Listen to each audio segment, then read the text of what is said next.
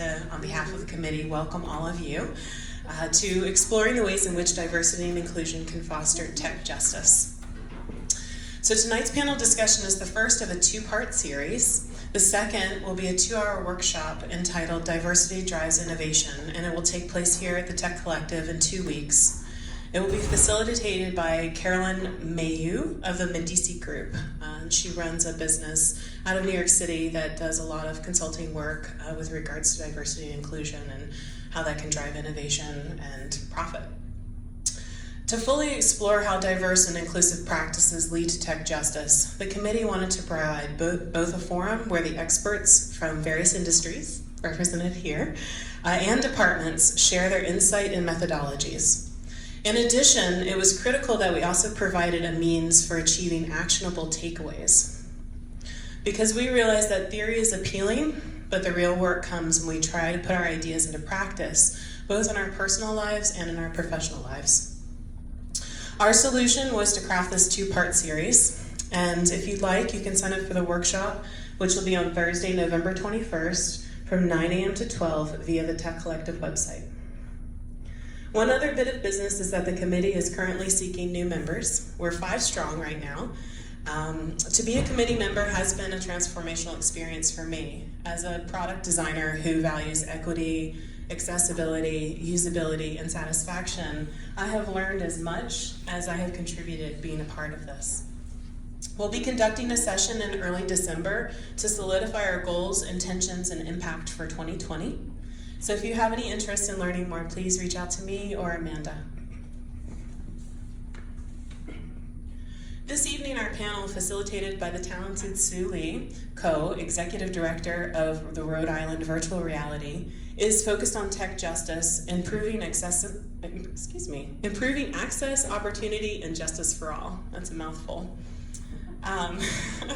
So out of curiosity, how many of you have experienced one of the following today? And so please raise your hand and keep it up. Have you sent or read an email or text? Used navigation to reach your destination? Yes. Paid for an item using a device where you swiped or dipped your card? Checked into an appointment or using a device? Or booked travel? So as you can see in looking around the room, I think everyone raised their hand at least once and probably multiple times. Technology is ever present in almost all of our daily lives. It touches each of us across myriad contexts and through multiple devices. So maybe one of you was in a grocery store today trying to check out with a couple of kids, and you're swiping and dipping your card and getting a text, and another person was driving in a car and had the navigation rolling and the text coming in. So you have all these different contexts and you have all of these different devices, as well as each and every one of your perspectives and backgrounds. So when I consider the phrase tech justice, I think about the experiences that each of us have every day and how each of these experiences delight or disappoint us, set us up for success, or alternatively let us down, engage us and offer new opportunities, or frustrate us and exclude our participation. When we look at the statistics of who is designing and building technology, we see numbers that are not representative of the people whose lives technology touches every day. For example, in this room alone. From the Pew Foundation, a study from 2014 to 2016, they put out information about gender with regards to the tech industry and how many of the workforce are women. So 53% of the entire workforce is women. However, only 25% are employees across computer science and 14% are engineers and architects. Now, keep in mind, in 1990, 32% of the workforce was women in computer science, so that's a decrease of 7% over the last 20 years. When we look at race, it's even more challenging. We have 83% of all tech executives and managers are white, and less than 1% are African American or Hispanic. And then when we look at age, can anyone guess what the average age of a developer is? 50, 27, any other? 29 years old. So across gender, race, and age, we have similar people with like perspectives that are creating technology. that we all use. So this is where justice, the second part of the phrase, comes into play. When I think of justice, I think of equality, fairness, integrity, honesty, and impartiality. If we were to dig deeper into the makeup of the tech workforce, which are not clearly representing the end users of all of us, from a gender, race, or age perspective, I wonder how many designers and developers are part of the LGBTQ community, a veteran of war, practicing spiritual or religious doctrines, or have a mental disability. So expanding this notion of diversity even beyond the common numbers and stats that we see. And maybe you're more than these things, 2 or 3 of these things. Each of these things shape their perspective and ultimately their contribution to the end product and the experiences that we end up having. So in closing, I leave you with this. What impact does justice have on the creation of technology, both the initial idea and the final output? And how do inclusive, diverse teams uphold justice? And finally, how does tech justice improve our individual experience of sending an email, reading a text, traveling to a location with navigation, and other endless interactions? These are the thoughts that have brought us to this moment with this panel. And now I leave you in the capable hands of Sue Lee Coe. Thank you, Dawn, for that amazing introduction. I'm going to get right into it. We're going to have a couple of questions that we're going to go through, and then time for Q&A. So I'm going to do introductions first. So starting on my right is Peter, all the way to the right, Peter Haas, Associate Director of Humanities-Centered Robotics Initiative at Brown University. If you think that's a mouthful, wait till you hear the tidbit that he told me to tell you. He's recently started working on the Avatar X Prize, which means he's creating a VR teleoperated human android. Say that 5 times fast. To his left is Dana Chisnell. Did I pronounce that correctly? She's the co-director of Center for Civic Design. And although we have not had a chance to get to know each other well yet, we will tonight. And I did see that your LinkedIn profile had a lovely photo of yourself with a Barack Obama sitting at the table. That is true. I got a cool fact in there. And to my right here, Roberto Gonzalez is the Executive Director of Steambox.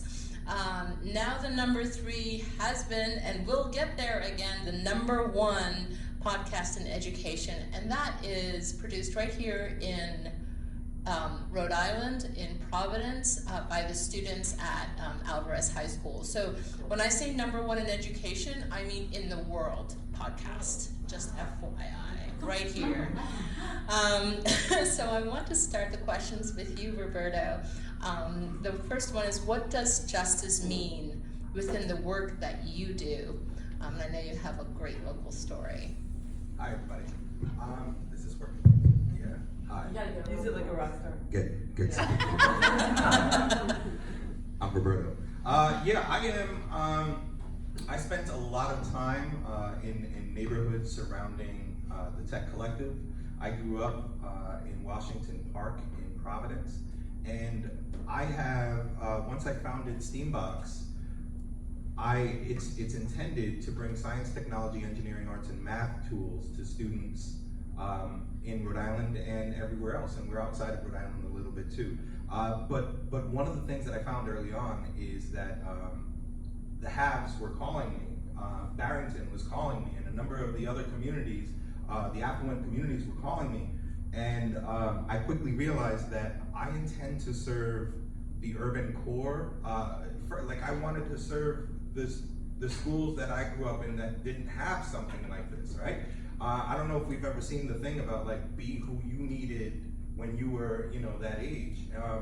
I can't say that I've actually fulfilled that 100%, but I can tell you that I want to try. And if I want to try, that starts in the urban core of Rhode Island. That starts in Providence, Pawtucket, Central Falls, and so on. So I'm going to the have-not schools, and I'm quickly reminded that, and to bring it back to the question about justice within the work that I do, I'm quickly reminded that equality and equity are not the same thing.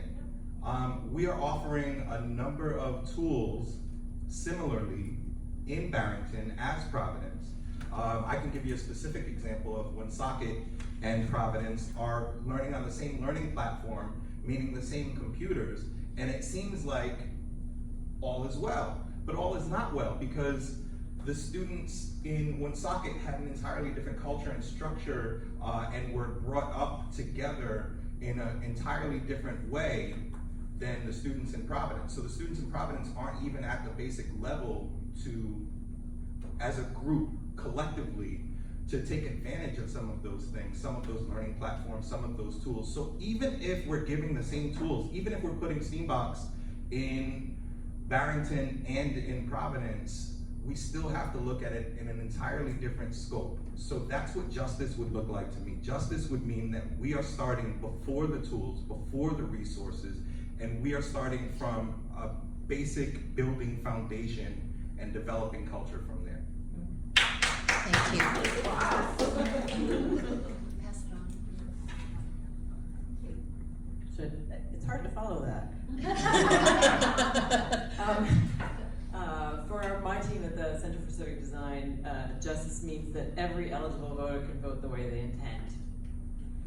This sounds like a really simple statement, but if you voted today, maybe in the Providence City Council election, it is not intuitively obvious, even when you get a ballot in your hands.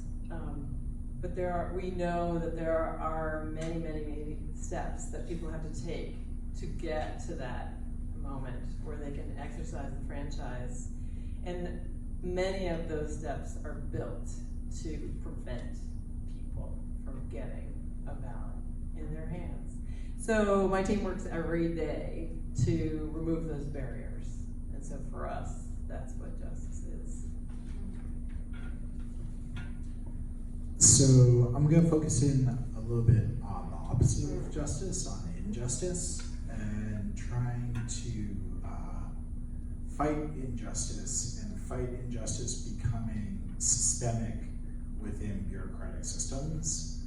So a lot of the work that we do is in artificial intelligence, not just robots, and there is a huge, almost unseen problem in the way that AI systems are being deployed currently in our criminal justice system, in our healthcare system, in our educational system, and one of our big goals is to kind of raise people's awareness of these problems so that they can start to act to prevent these systems from going in place. And I'll give some more examples going forward, but right now there's a lot of tech corporate push for AI for good.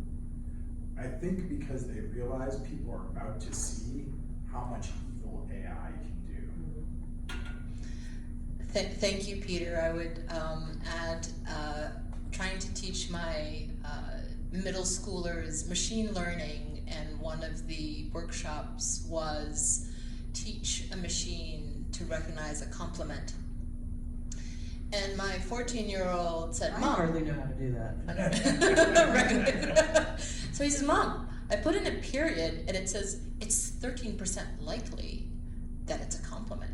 I said, do you think you can, do you think it can make it 13% likely for it not to be a compliment? This is because, you know, it was easy for them to come up with compliments, and so the machine knew more compliments. But talking about AI and justice and accessibility and bias and all that, it's very easy to get it wrong. So we'll be talking a little bit more about that. But this gets us to the next question, and Dana, I'd like to ask this one to you first. What was your aha moment to understanding why justice is important in tech? Well, the biggest one. I had worked in tech in finance and insurance companies for many, many, many years, and but over the last 15 or 20, moved more and more and more into the government space. this eventually led me to that picture that you saw on my LinkedIn profile, sitting with Barack Obama, who invited me to come work for him in the first cohort of the U.S. Digital Service. That actually means that you go to work in Washington, D.C., and you work your ass off to try to get a federal agency to modernize 21st century software development practices. Believe it or not, there's a lot for a designer to do there, including my aha moment being in a meeting where we were talking about, we were at U.S. Citizenship and Immigration Services. And I was working there because President Obama was going to take executive action to expand deferred action for childhood arrivals. That means preventing people who came here as children from being deported just because they came here as kids, undocumented. And one of the people in the room came in saying, we were reviewing one of the forms, and she came in saying, oh, we're gonna add a thing onto the residency information requirements. It'll be optional, people can volunteer it, but we're gonna ask people to give us 5 more years of residency data. And I'm like, you are fucking kidding me. Why are we doing that? And she said, well, it's because the background check systems throw up a lot of false positives. So the more data we have about where people lived and where they went to school, the more likely it is we're going to identify the right people. I'm like, let's fix the fraud system instead of making people give us more data that is not actually voluntary if you want to stay in this country. Thank you for that. I'm gonna ask Peter next. Again, the question is, what was your aha moment? That's a pretty big aha moment. I'm still processing that. Yeah, that's kind of scary. But so my big aha moment in this area, especially with AI bias, was going to a lecture at Brown that we had Rich Caruana from Microsoft Research talk about machine learning algorithm he deployed that was identifying whether people should be admitted to the hospital if they had pneumonia. Algorithm was really high accuracy. It was over 97%, 98% accurate as to who it should admit based on historical data. Except one group of people was being completely excluded, and that was people with asthma. And people with asthma were being sent home. And he was like, that doesn't sound right. So he talked to the doctors. The doctors were like, yeah, asthma is a huge risk factor for complications. People with asthma go straight to the ICU. And he went through his data sets and he realized he did not have complete data from the ICU. And this guy is one of Microsoft's top researchers, data scientist with decades of experience, and he missed this. And it just highlights the dangers of developing these systems in silos where you don't have diverse teams looking at the data sets and looking for bias in the data sets to help you identify the problems before you, fortunately this was the problem that was identified before it was deployed. But a lot of these systems are being deployed now, especially by startups, without that sort of due diligence. So anyways, that was my That's so we've covered immigration, fraud, and healthcare, and I know you have an education aha moment, right, Roberto? I live for those moments. She mentioned, Suli mentioned the podcast a little while ago, and I'm saying this because I'm so happy with the stuff that's happening with the students. If you get a chance, follow @SteamboxRI on any of the social media platforms. My favorite is Instagram because the adventures are so fun. One of those adventures April before last took us to Vermont because my students have learned how to play me. They understand that they're the boss, and they understand that I want to take their passions and make them into science projects. So on the podcast one day, one student was like, well, I like tacos. I'm like, damn, all right. So I got a chef in to make tacos for the students. What else do they like? So we get a lot of great work done, but I had to take them to the Ben & Jerry's factory in Vermont so that they could pitch. I had to. I know, fat boy goes to the Ben & Jerry's factory. So to put them in a complete diabetic coma, we started the day at the Ben & Jerry's factory, and we worked our way to Boston Burger Company in Boston. And if you are not familiar, Boston Burger Company, they don't have a head chef, they have a lead engineer, because he creates these freak fraps and freak burgers, right? They are like engineering structured designs. So our students on the podcast were pitching burgers and milkshakes to this guy. And in comes Brenda Lee. She was a sophomore at the time, Dominican. She grew up in a very similar household to mine. And the guy was doing his best to pander to my students as they were pitching burgers and milkshakes, and he's like, yeah, that sounds cool. But when Brenda Lee went at it, this dude was taking notes. He was like, go on. Here's what Brenda Lee said. Brenda Lee said, we should have a milkshake with, made out of tres leches. That's like what I like at home. We should have churros in it. And the dude said, what about if we put like a Choco Taco on top? Brenda Lee was like, whatever, right? She didn't.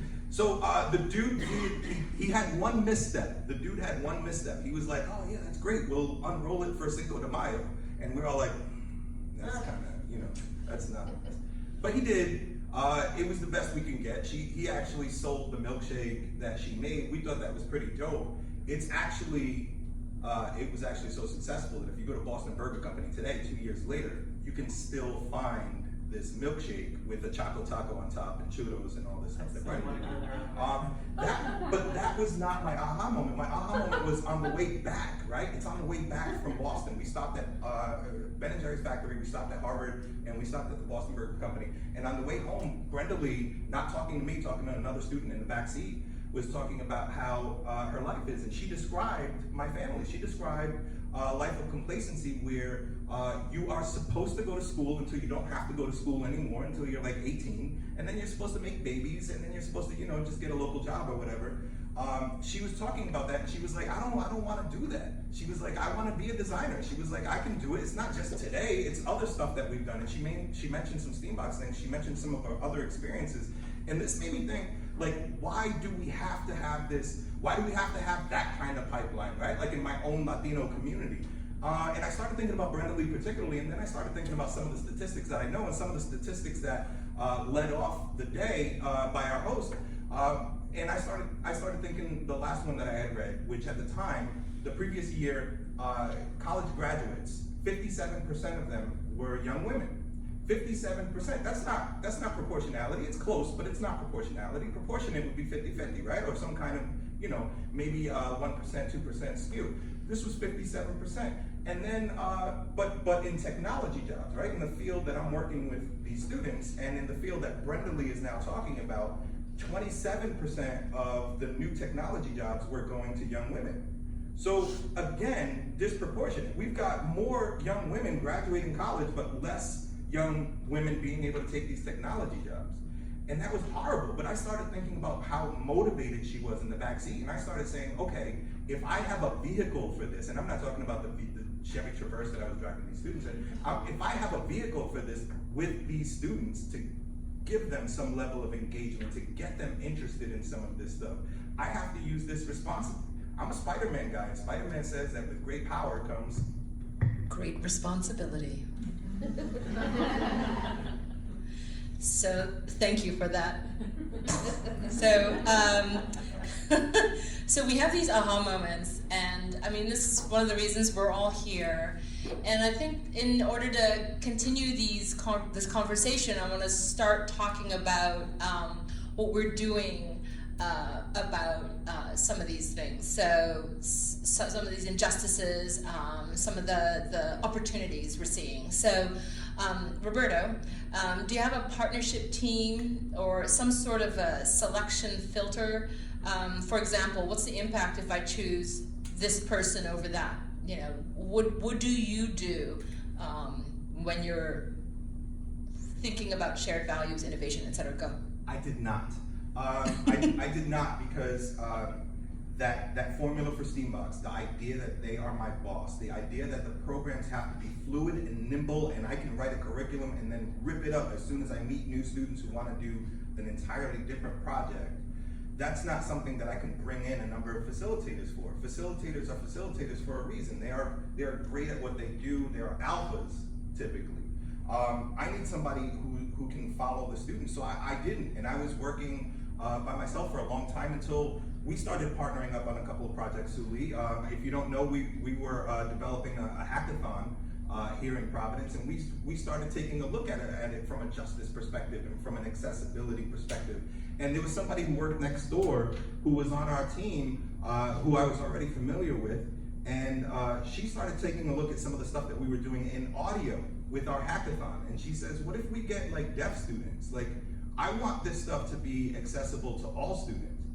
And I'm saying, yes, that's what I need. That's what Steambox needs, right? Like, we need accessibility. We need this stuff to be for everybody, right? Like, so yeah, I'm starting in the urban core, and I am seeking the disengaged students, but I want to make sure that I can serve my Ls, my English learners, which we typically come to recognize as Latinos, right? Which I can easily translate for, but that's not the truth anymore. I was learning a lot of Swahili this summer from a number of my students. How do we make our programs more accessible? So I needed to bring that person on immediately to check me and to check Steambox and make sure that Steambox, it's been a pain in my ass because trying to have somebody call you out every step of the way can be pretty difficult, but that's what I want. I want this stuff to have on-ramps and be more accessible. I want to create more justice opportunities for students in the technology field that we're working in. Thank you.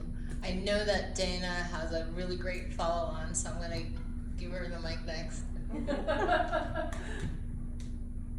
So, both at the digital service and in the company that I'm co-director at now, Center for Civic Design, our filter, my personal filter, is doing the most good for the least served. So, while I did user research and usability testing and product design for many, many, many years in the private sector, you're serving your customers. Well, it turns out that the customers for voting are the people who are the lowest on propensity. Like, you talk about a hard conversion rate. That is one of the biggest challenges. So we reach out to community-based organizations all over the greater Boston area, and my team is spread out across the country. So where they each are located too, things like the Boston Adult Literacy Initiative, which has a network of about 25 nonprofit organizations that help adult learners integrate, retrain, or I hate this word, upskill, like get skills that will get them good jobs. And that also means that there are folks in that batch who are working on accessibility. And sometimes combinations. On one of the projects that my team worked on at the Center for Civic Design, we ended up working with the Chaldean Community Foundation in Detroit, which, as far as I know, is the only organization of its kind that also serves people with disabilities. And if you think that it is tough to navigate government systems as a relatively privileged person, imagine you are an Iraqi refugee who is blind and comes to the United States and is settled someplace like Dearborn, Michigan, and you don't have any ties. Like, that is some amazing stuff. So serving those folks is our filter. So I'm gonna just try and wrap that question up, because I think what we're doing is we're approaching tech justice not only from how we interact with people, how we design, how we test, but also the actual systems. So right, so it's like, it's not only like, what am I doing for my students, how are my students interacting with me, how am I interacting with end users, but also like, what are we building? And I think when I think about Peter and what you're doing, Peter, I think you're very concerned about that product, right? That and so my next question is, how are you exemplifying diversity and inclusion in your own work? So I'm actually going to go back in my history a little bit, because I think and this gets to the aha moment in my life for diversity and inclusion really came back before I even got into AI and robotics, when I was doing design for extreme affordability in developing countries. And this was back in the mid-2000s when it was called Design for the Other 90%, which, I mean, talk about lack of diversity and inclusion, like, who came up with that name? But design, the 10%, exactly. Exactly. So design for extreme affordability is about trying to make products for people who generally don't have products designed for them. If you look around this room, everything in this room was designed by a designer. Okay, everything was somebody's idea at some point. This desk, these chairs, that speaker over there, this microphone, and a designer went to task to make that product for you. When you look at the 3.5 billion people who live on less than $2.50 a day, a lot of them do not have designed products as the main source of products in their life. A lot of them are dealing with hacks and elements and things that are cobbled together in makeshift shops in emerging markets. So there's a big movement to design things for people in emerging markets, but this movement was driven by people in universities in the US and in Europe largely, who would come down with these great ideas. And we tried this for a while. We tried bringing down university teams to work with people in villages, to get into dialogue, to do human-centered design. And it was this utter failure, because the people who were coming from the university teams had these very narrow range of experiences that did not relate at all to the experiences of people who were living on $2 a day. So what we ended up doing was we ended up searching for local entrepreneurs who could engage with the designers at a level where everybody felt a sense of equality in the conversation. So the entrepreneurs were literally engaging the designers like they would engage a design firm. And the designers were working with entrepreneurs as if they were working with clients, and just leveling out that relationship, and getting the perspectives from the people who were local and seeing the problems, as well as the perspectives from the people who had engineering training and background, was able to actually produce several solutions that ended up scaling, one of which now serves 2.5 million people in Central America. So for me, I really think to exemplify D&I, you need to make sure that all the voices in the conversation and the voices of the people, especially with experience, get equal footing and get the ability to really trade ideas and share at an equal level. Thank you, Peter.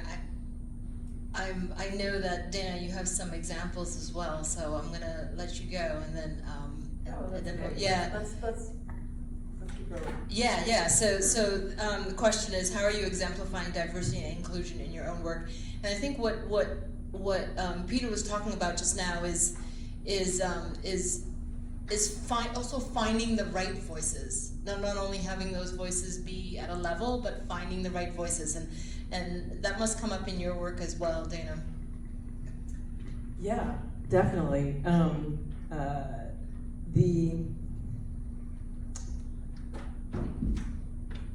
The life experience thing is a kind of diversity and inclusion that I think that we don't talk about enough.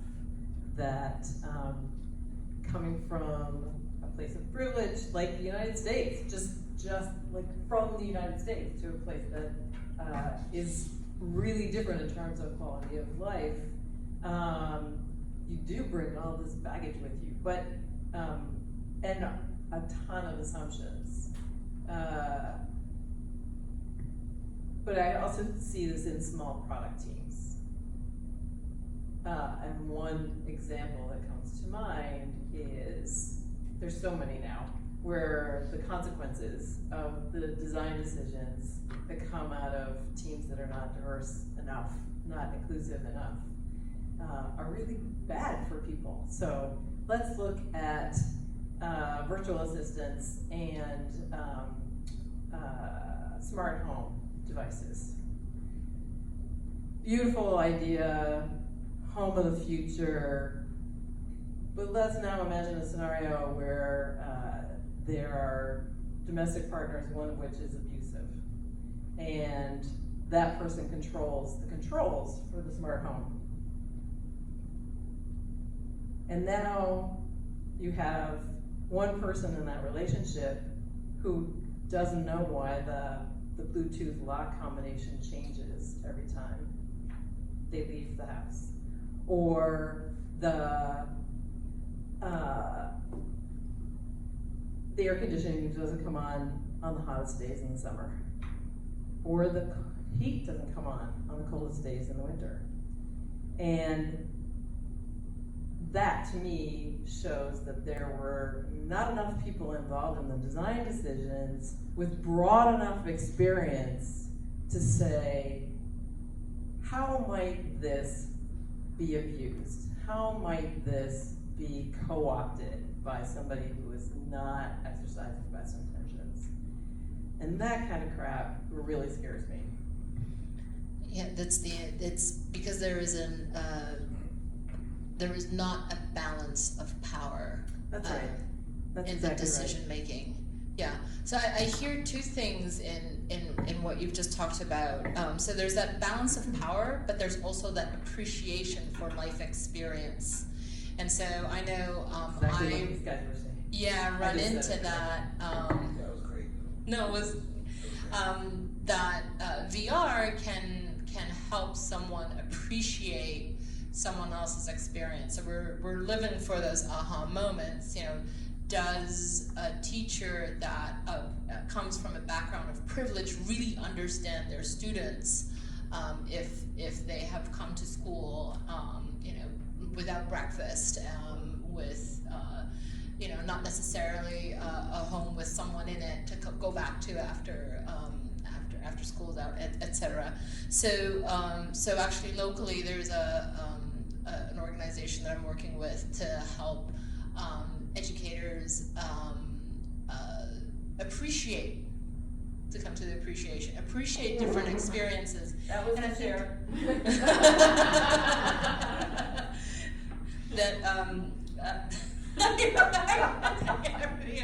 Sorry. No, That's great. That's great. I don't judge.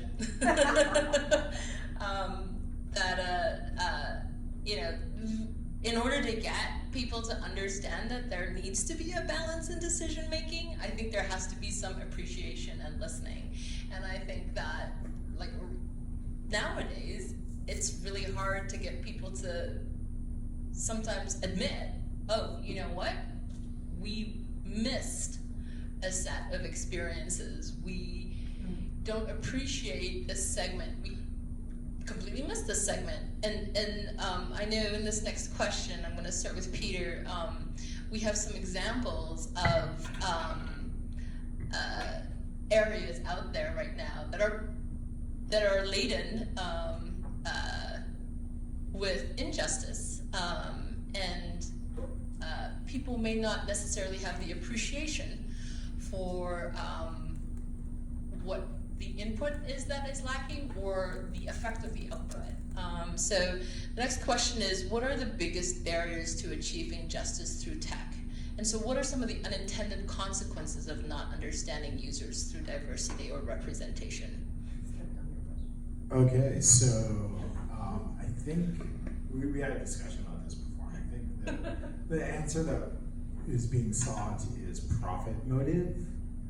I think a lot, especially short-term profit motive, because if you think about some of these decisions that are being made with AI systems, they're very, very short-term focused. They're not really thinking about the long-term legal ramifications and the lawsuit impacts that they're going to be facing.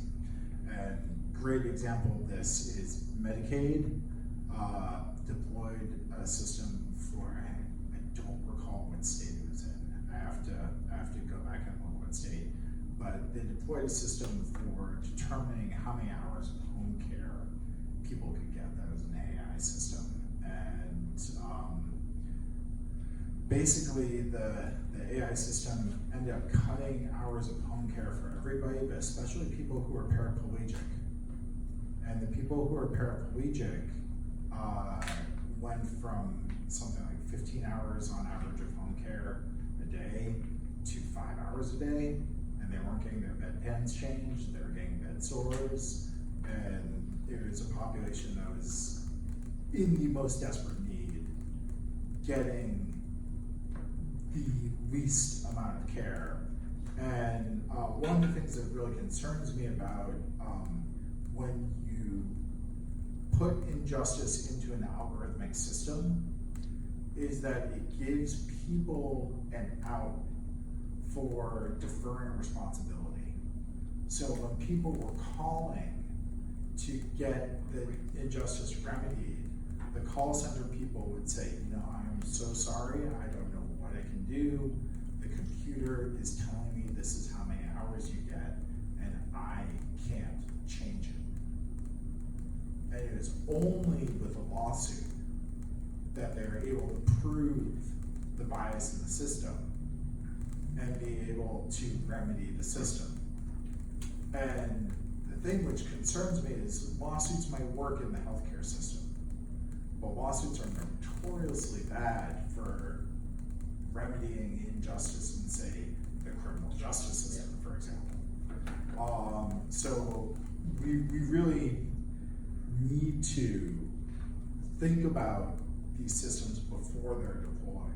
And I think profit motive blinds us to thinking about these systems before they're deployed. So I really encourage people, if they want to get past barriers, get people to stop thinking about those quarterly return rates. Dana, do you have do you have another motive that you think works or doesn't? Well, in the government space, profit motive is not necessarily the thing. Or cost savings. There are definitely rewards and incentives, right? And how most tech projects get measured in government is on schedule and budget. Damn the user needs. Don't worry about those. Just ship. And I have seen some really terrible decisions made because there was a report done by the Inspector General saying that their Agile wasn't rigorous enough. They wanted that's the thing that actually happened. Agile is supposed to be agile. Anyway. What is Agile? Apparently we're not doing enough ceremonies. I don't know. Anyway, so rewards and incentives at every level can be a massive barrier to equity, to diversity, to all the things. Roberto, do you have a motive that you think works with what you're doing? Very specifically, ownership is is the main ingredient at Steambox. Ownership over the work, but also I think it's really important to meet the students where the students are. And it comes back to the equality versus equity thing. I think what's happening in some communities doesn't work for other communities because other communities aren't there yet. They don't have the prerequisites. So when our students send this thing to space to take a photo of the Earth, it's a huge project, and the cream of the crop students are going to gravitate towards Steambox because they want to be involved in a project like that. But I'm seeking the disengaged students, so I welcome those students on, but at the same time, I want the other students to be able to have opportunities to come here too. And what that means is they're starting from two very different spaces, right? Students who, I have some students who are homeschooled and through middle school and have had an entirely different experience and have an entirely different entry level to some of our projects. And I have some students who are new to the country. You know what I mean? And depending on where they came from, are way ahead or way below where their neighboring students are. So, Go ahead. So I think it's really important to meet the students specifically where they are on a case-by-case basis. It's a luxury that I have with Steambox that I know an entire school district does not have. So with your most disengaged students, do you find that ownership works right away or works eventually or immediately? What does that look like? It's theirs. If it looks like tacos, it looks like this milkshake, it looks like the thing that we sent to space, the junk that we sent to space. If students are telling me that they're interested in Japanese animation, it's my job to make this a science project, right? And it's my job to make sure that I'm engaging the top of the class and the students who are absent the most at the same time. So we put a carrot at the end and we say, okay, at the end of this, we can go to Comic-Con or we can go to Boston Anime Convention, and then they pushed that in the third year to this project in Japan, where we took our podcast to Studio Ghibli and interviewed Miyazaki and people out there. So it's Miyazaki. That's cool. Very, very cool. But it's Jealous. theirs. They own it. They love anime. They're there because they love anime. I'm sneaking the pill and the peanut butter. I'm hiding all of the learning goals and all of that stuff. They don't know they're getting the math and science. They're so on to you. I'm not entirely sure. I'm not entirely sure. There's a much longer story to this, and I don't want to take the time. Please ask me sometime. But the device that we sent to space stopped working, and the students used incredible maths and sciences that they would tell you they hate and have no interest in to find and recover their device in Connecticut. They told me where to find it in Connecticut. And That's cool. We did it. Thank you. That is seriously cool. So that is seriously cool. And I'm going to go to Peter next. Peter, before I ask the next question, so ownership. So if we go back to your health example, let's just think through it as an exercise. Who would need the ownership in that system to make that work better? You would need a bureaucratic process by which an algorithmic decision could be appealed. So you need a manager that can own the algorithmic decision and say, no, the algorithmic decision is wrong and needs to be corrected.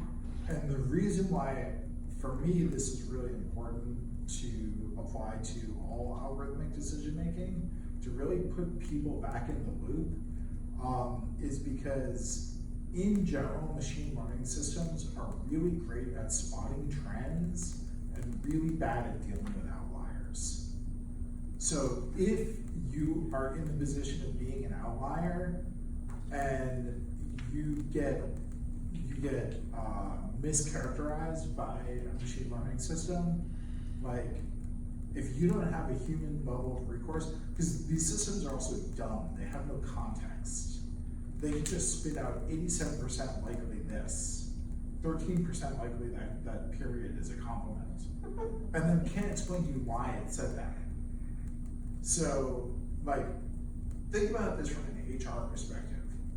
If you had someone who was responsible for, say, determining how many extra years somebody would spend in jail, or their risk of recidivism, okay, and you were hiring someone for that position, would you hire someone who could only say, my gut says it's like 87% that person's going to be a criminal again?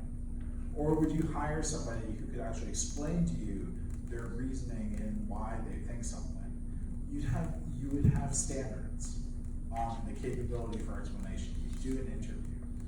Yet we're putting these processes over to algorithms with the expectation that the algorithm can outperform the human, primarily because we want to save money, we want to get through more cases, we want to be more efficient.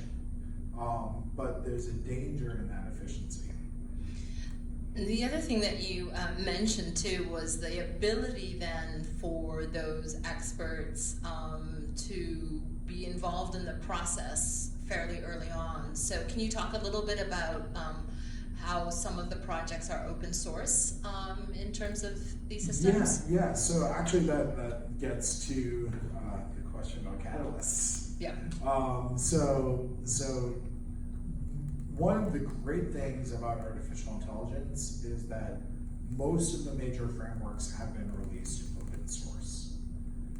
Most of the stuff that's out there that's being used commercially is based on an open source platform that is led by a few people, and literally any of you, if you like sat there and learned the code and went on GitHub and started contributing, like you could become the major influencer on how AI systems are designed. Like anyone in the world, like it's amazingly democratic. It's like contributing to the Linux Hub. You have to have built a skill base and you have to be good, but anybody can do it. It sounds like a Steambox project. But the reason why this is so important is because a lot of these companies that are pushing out products, what they're doing is they're cobbling together open source packages and then pushing out a project based on those open source packages. So if you can influence the open source packages, you could potentially influence the end commercial project. Are there groups of people that are traditionally outliers that are organizing to participate in these open source projects? That's a really good question. I would say that right now, the people who you would consider outliers are actually nation-state actors who want to influence the open source projects. That is, I guess that's a whole nother box of worms to discuss later on. But yeah, I mean, right now, I would say that the process for getting involved with these projects, the barrier is amazingly low considering the impact of the tech. Yeah, so for example, I'm thinking about the workshop that's going to happen, in a couple of weeks. Would it be possible for a group of people in one of the teams to choose perhaps an education AI or a health AI open source project and start to contribute to it? Entirely. Okay. Entirely. I mean, I think that would be something I'd love to pick your brain on afterwards and make sure that the workshop has those resources available to them. Cool. Thank you. So yeah, going on to that next question, what have been the greatest catalysts to providing equal opportunity through tech? Let's pass it to Roberto. I know you have some catalysts. Hi. We talked about ownership already, so I'm gonna let that one lie. I would add that we are very familiar with the phrase "necessity is the mother of invention," and I am finding a number of students doing some really cool things because of some really dire circumstances. Take Flint, Michigan, for example. And I've seen a number of filtration devices come out. I know Tesla's doing his thing, and I know like Will Smith's daughter is doing her thing out there. But there are students who are right there in the hood, like making their own devices to secure healthy water. And I think those kind of things are amazing and they're inspiring. I watched, and this inspired some of my students too. I watched, there was a boy in Kenya who was making an engine run based on sound waves. So we started reverse engineering that technology and trying to figure it out so that we can make things run to a party. Like when we DJ stuff and we start putting music on, can we start our robotics and have our robotics going around? So necessity being the mother of invention, I think this is a time right now where technology is more accessible, right? It's not entirely equitable, and the prerequisites aren't really there for all students, but technology is accessible and it's easy enough. Peter was just talking about open sources, and there's so many opportunities where students can go, where young people can go and see things that are already made and developed and just tweak or hack it a little bit to make their own creation out of it. So right now is a beautiful time for this question. I think technology and the current state of affairs in time. Hack 401. Dana, I'm gonna pass it to you. So Roberto, give it up for makers and hackers and doing things because you have a need, right? So the question again, Dana, is what have been the greatest catalysts to providing equal opportunity through tech? Yeah, I think I would just plus one, the ownership and the urgency. Whenever we see important and big and hard problems to be solved, people get really excited about working on that. After the 2016 election, we got 100 phone calls and emails from people who are like, elections are screwed up in this country. We have an idea how to fix that. We want to pitch it to you. Okay, awesome. Welcome. Where the hell have you been for the last 10 years? But that people were now excited about solving problems that they saw in a really important space and wanted to own a piece of that. We welcomed them. And so, yeah. That's wonderful. And are these small books that you brought, are they a part of what has happened since that time, or? These actually predate the founding of the Center for Civic Design. They're called the Field Guide. This chair, I'm telling you. Excuse you. The combination of the fabric in my pants and the chair are not compatible. Oh, so there's two, right? It's a whole set. They're called the Field Guides to Ensuring Voter Intent. And these came out of frustration on my part.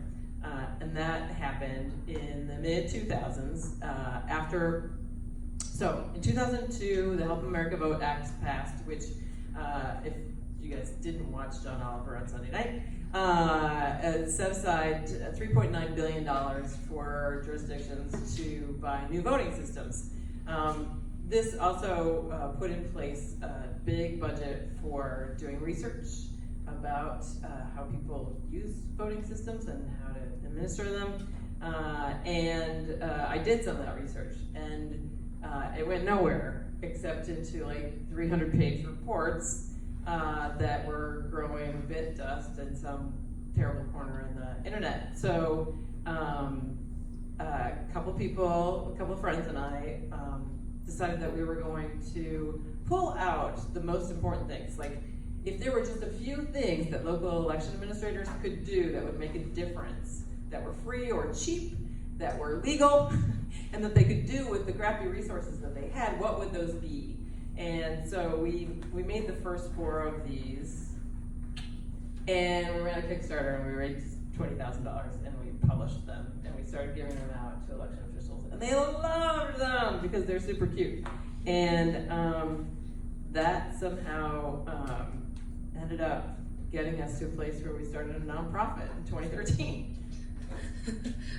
That's wonderful. So whose responsibility is it? This is primarily the election officials that these books are aimed at? Yeah, that's exactly right. We give these to election administrators. Part of our mission is to build design capacity inside government. Right. So if we're thinking about voting, diversity and inclusion and tech justice in voting, so whose responsibility is it to ensure that there's representation in the design of and carrying out of voting? Of voting and elections? It's a large ecosystem, actually.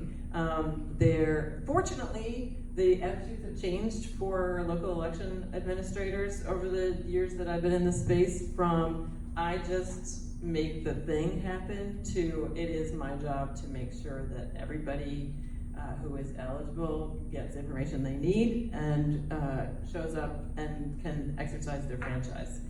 There's still a few out there, you can guess where they are in the country. So election administrators, certainly. There are tons of nonprofits and get out the vote organizations that work really hard on bringing in everybody, and they're doing it continuously.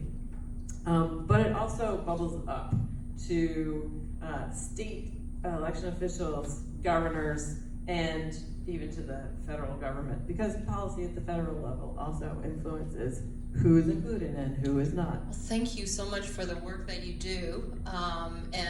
Do you know, are you in touch with Rhode Island?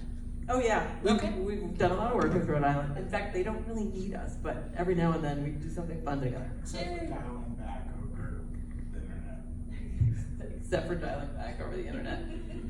So Peter, I kind of segued into the question with Dana, which is whose responsibility is it to ensure that there is representation?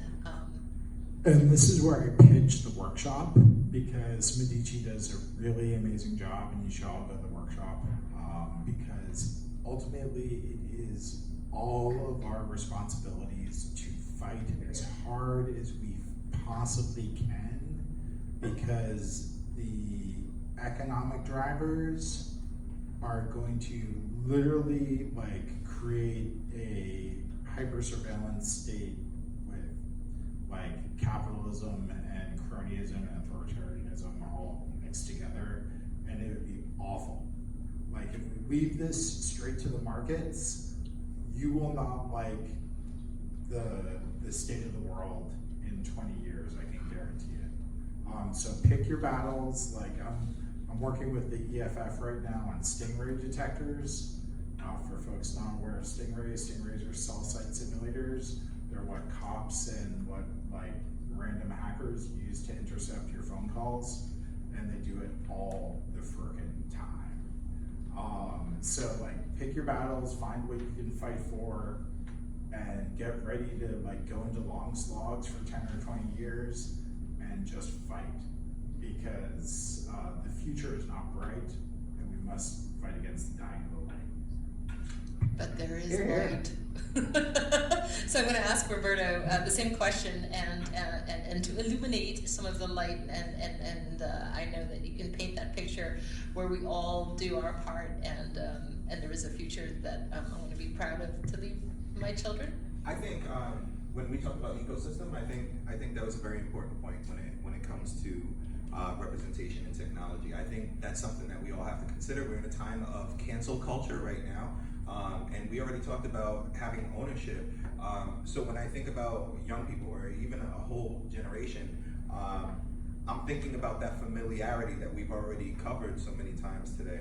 And I think that comes when you have representation in technology, when you have a diverse and inclusive representation in technology, then you have that familiarity in the DNA of the product. And I think those are important things that many people are considering. A lot of people are looking at numbers. A lot of people are feeling ramifications for not, for being exclusive at certain times. Especially in this cancel culture. I can think of a couple of things. I can think of some reasons why I'm less happy with the NFL than I was when I grew up, for the same reasons. And I think I hate that the answer to this for me is bottom line and market, but I think that can really help if we have diverse and inclusivity in the DNA of your product or whatever it is that we're peddling. I think that's going to make a lot of sense for the entire ecosystem. So thank you for that, and I'm going to try and before we do a little bit of Q&A, kind of summarize some of the opportunities that we've talked about today. So in terms of areas of interest, we've talked about finance, immigration, education, and health as some of those major experiences and aha moments that really touch everyone. in terms of what we see as variables or constructs that we really need to work on, I wrote down representation, looking for that diverse experience, not just the majority, but at the edges of things as well. Looking for a balance in decision making, so that there is multiple actors in the decision making process, and making sure that the right motive is there. Did I get that right? Yeah. We talked a little bit about urgency too, that we do as kind of human beings as we get together with teams, like to try to solve big problems. And so thank you for that, for this amazing discussion. I also then want to double down on pitching the workshop, which is happening, got that down, November 21st. Thank you, Amanda. So I wanted to open it up and see if there's any questions or a particular discussion that we'd like to continue. Are you going out with the microphone? No. Are you going into the crowd? Oh, I could go into the crowd, yeah. We can do that. Absolutely. I have a pitch to make while you're thinking about your question. Oh yeah, do. One of the things that you can do to own the election process is sign up to be a poll worker. People go to the precinct and they're like, who are the old people who are running the poll book? They're really nice people who have time to do this, and but you are in great need. For the presidential election in 2020, something like 3 million people will be needed to be election workers. And that's a huge number to support around 200 million voters. Is it the election websites of the local state? Yes, and I will say the Rhode Island website especially, it has great connections to towns and cities, where you should also see obvious links that say sign up to be a poll worker. Thank you. I like that call to action. Anyone? It's fun, by the way. Oh, Having done it before. Awesome. thank you. Not only Thank you your for your civic duty, but it's actually a good time. volunteering. Any questions, points for discussion? It's been so one-sided, like, please ask questions. Yeah. Yeah. What's on your mind after hearing the discussion? John. Cool. So I thought the poll worker suggestion was really cool. So maybe for each panelist, like, what would be the coolest thing that we should do personally around the opportunities and problems you're seeing, and what would be like the coolest law you could pass if you could pass your like dream regulation law or program or whatever? Dream regulation or law or coolest thing That we could do personally. that we could do personally, right? Well, Each I one. don't know. Well, Peter, you had a line about profits, doing things specifically for profits. And when you were talking about that, I was thinking that that's kind of how policy is made, and that makes me really sad because we can elect some really great people who are unable to move things because of the lobby system. I personally, I would love to see money taken away from politics. I'd like to get rid of the lobby system. I would like our representatives to represent us, not their donors. Or their sponsors. So that to me would be the most significant thing, because to me it doesn't even matter who we elect. It doesn't matter who we elect. I feel like we're getting the same shit every time. And that's the one thing that if we can get rid of that one thing, I feel like progress can be made. Yeah, I was at something over the weekend, and they were talking about how, at the crux of how the society works, we're in a growth mindset, right? From a financial standpoint, like we're always looking for that growth, and that's a problem. So for me, the one policy that we could pass that could affect a lot of the tech stuff, but also a lot of other stuff, would actually be a non-tech policy. I am a huge proponent of inflation-adjusted universal basic income. I believe that it's insane in a modern society that somebody is, say, schizophrenic, or if somebody even doesn't have any disability but is just walking the draw, not having a good life, like that they have to struggle to survive, and that they may be on the streets, and that like basic needs aren't met.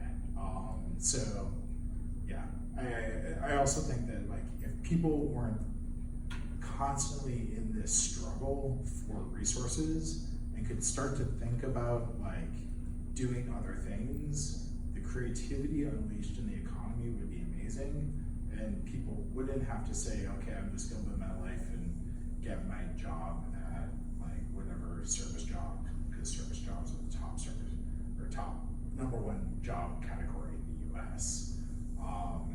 And they could just try to do other things and try to like get beyond Maslow's hierarchy of needs to a higher level of actualization and development. And then we can focus on things like climate change, and focus on things like pollution, and focus on things like sustainable green economies. I mean, like, people talk about robots and AI taking jobs in the future. There are enough jobs in just making our economic system circular to like so that we actually reuse all the resources that go at end of life, or as many as we can, so that they can get reutilized and refurbished into new things, that and like providing for the rest of the planet that has low quality of life and low standard of living because they're making $250 a day. Like, there are enough jobs in that alone to replace all the economic activity that's going to be supplanted by robots. So, yeah, I don't know. Universal basic income, maybe I'm too much of a Yang fan.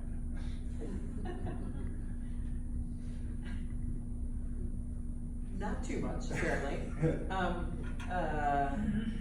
Let's see, individual action, vote, obviously, get other people to vote, be a poll worker.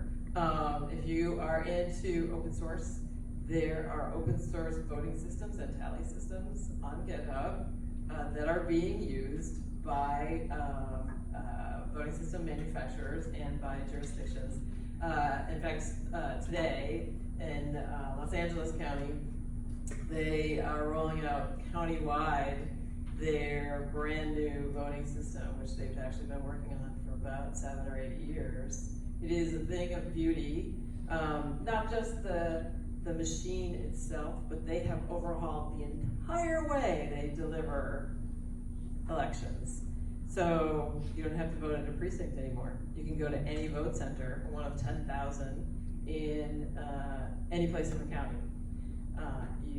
There are 15 days of early voting. They're open late. They're in malls and shopping centers. They're close to transit hubs. Anyway, good things are happening in spite of what you might think. They're meeting the voters where they are. They're meeting the voters where they are. To steal from Roberta.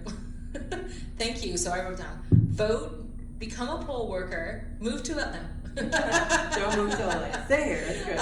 There are too many fires there. GitHub. Yeah, right. They should move here. So we've got some individual things to do, some laws. So with regards to what you're talking about with the universal income, I mean, something that I've thought about too was, what if instead of growth, we thought about sustainability as a motivator, generally, and how would that motivate us differently? Would that motivate us, like you were saying, Roberto, for a larger sense of ownership? Versus growth in the hands of the few. Yeah. So, do you have a comment on that? Nope. Sustainability. Anyone else from the audience? So I'm personally very excited about the workshop. I'm inspired by your stories. I think that there's actually some work we can do afterwards to make sure that the workshop has some of the content that we talked about today. And if there are ideas within the audience for how we can influence beyond this room, I'm very interested in that as well. I'm sure the diversity and committee is as well, from Tech Collective. Thank you all so much for your time. Is there anything else, Amanda, that I should cover? That is it. We will we're starting a LinkedIn group for this group. So just another way for us to continue communicating and kind of make sure that everyone's voice is heard in what we're doing. I like this sucks. Yeah. Yeah, so thanks everyone. We could do Slack too. Pardon? I said we could do Slack too.